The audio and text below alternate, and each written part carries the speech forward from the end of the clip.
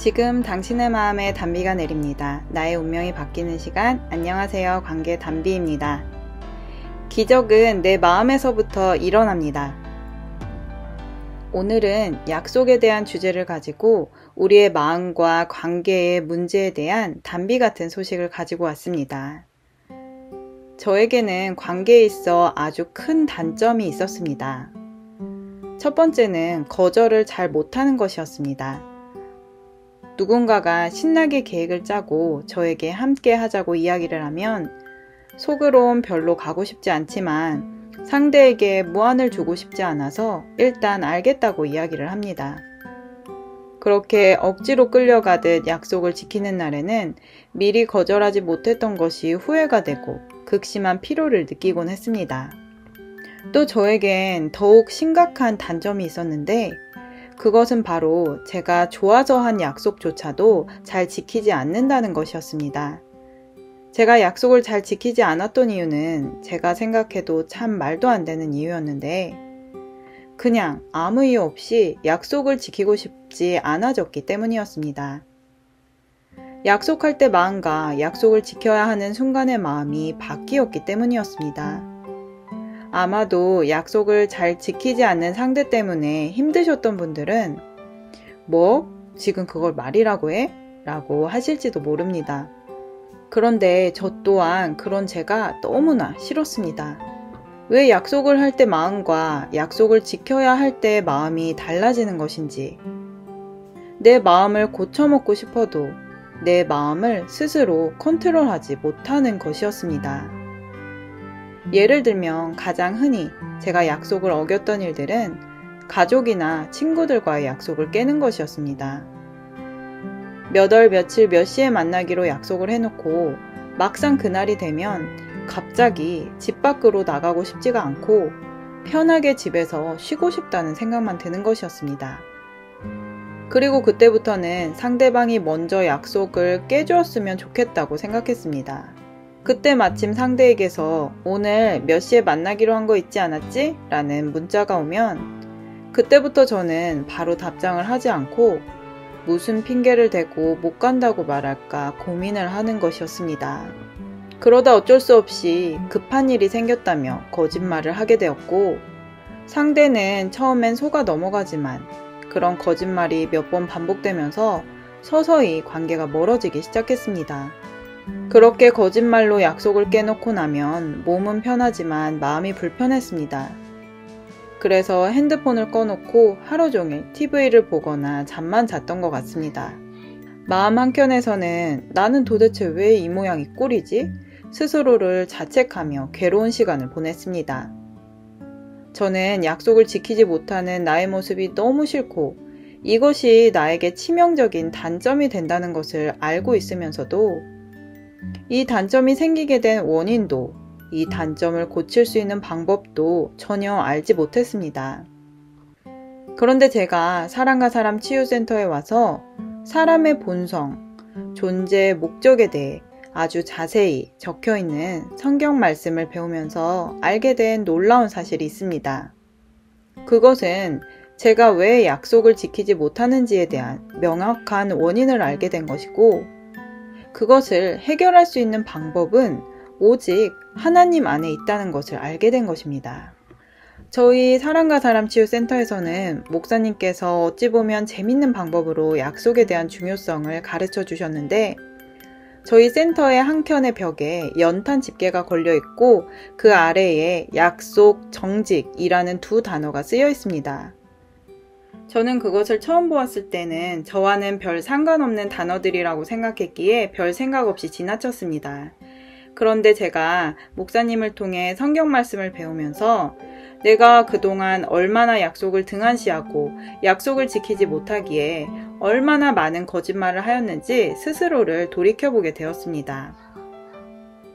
이처럼 우리가 약속, 정직에 대한 단어만 보았을 땐 나와는 별 상관없는 일이라고 여길지 모르지만 대부분의 사람들의 실생활과 관계에서 약속과 정직이라는 덕목은 인생의 행복과 불행을 가르는 가장 중요한 덕목입니다. 성경 말씀에서 약속과 정직은 성경 말씀의 속성을 가장 정확하게 알려주는 단어입니다. 쉽게 말씀드리자면 성경 말씀은 곧 하나님의 말씀이라고 합니다. 그렇다면 성경에 있는 모든 예언, 즉 하나님이 사람에게 한 약속은 하나도 빠짐없이 다 이루어져야 합니다. 그런데 놀랍게도 성경에 있는 수많은 약속의 말씀들은 정말로 하나도 빠짐없이 다 이루어졌습니다. 또한 성경 말씀은 정직 그 자체인데요. 이스라엘의 가장 위대한 왕으로 알려진 다윗 왕. 이스라엘 사람들은 지금도 다윗 왕을 가장 존경한다고 하죠. 그런데 성경에서는 다윗 왕의 업적도 세세히 기록하였지만 반대로 그의 치부도 아주 상세히 기록하였습니다. 예를 들면 그가 자신의 부하의 아내를 사랑하여서 간음을 저지르고 자신에게 충성하는 부하를 가장 힘든 전쟁통으로 내몰아 죽게 한 사건입니다. 그 사건에 대한 세세한 기록은 물론이거니와 하나님께서 얼마나 적나라할 정도로 정직하신지는 신약성경 마태복음 1장에도 적혀 있습니다. 마태복음 1장에서는 믿음의 조상인 아브라함으로부터 다윗 왕 그리고 다윗의 자손으로 태어나신 예수님까지의 족보를 기록하였습니다. 다윗 왕은 어쩌면 이스라엘에서 가장 위대한 사람으로 칭호를 받고 있음에도 불구하고 족보에는 초라하다 못해 민망한 말씀이 적혀 있습니다. 마태복음 1장 6절 말씀, 이새는 다윗 왕을 낳으니라. 다윗은 우리야의 아내에게서 솔로몬을 낳고. 다윗이 그의 부하였던 우리야라는 사람의 아내에게서 솔로몬을 낳았다는 사실을 있는 그대로 적어 놓은 것입니다.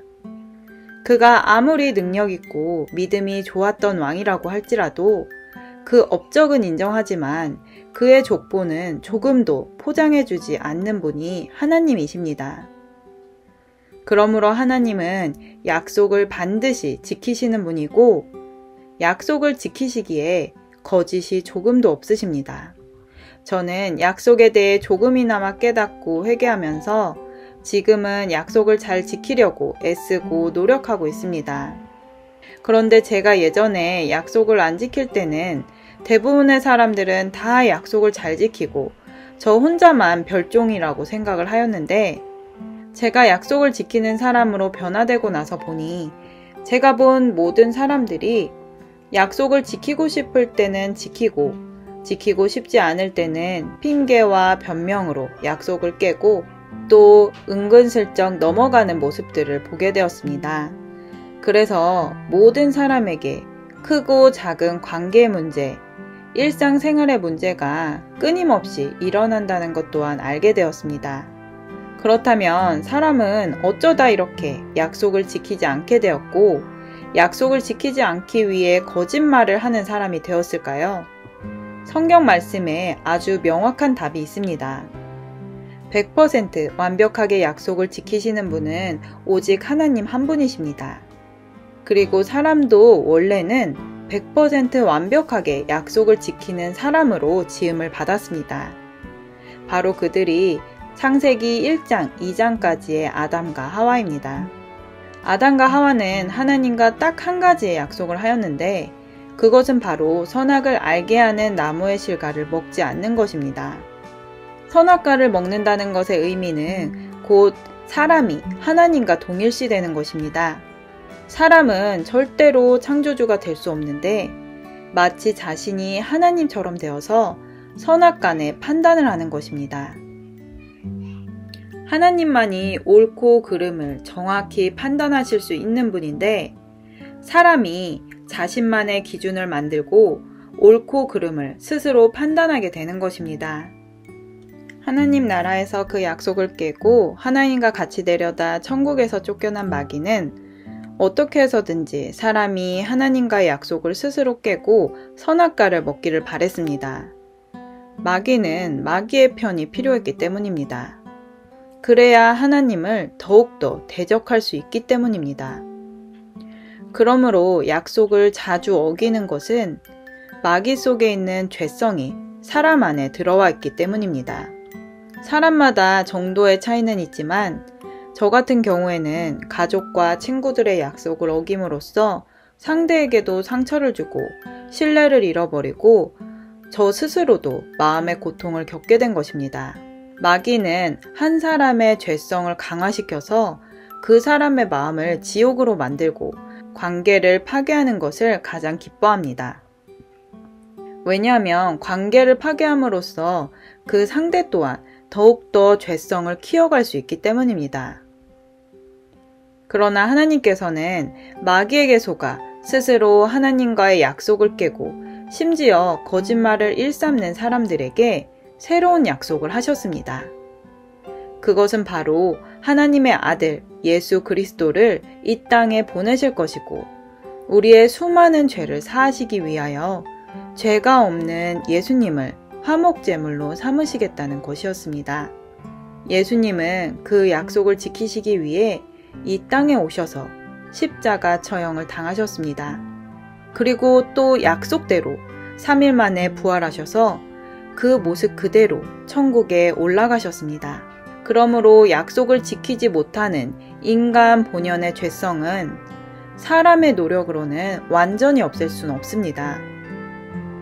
스스로 약속을 잘 지킨다고 자부하는 사람조차도 자세히 들여다보면 자신이 하찮게 생각하는 약속은 어긴지도 모르고 어기고 있는 경우가 허다합니다.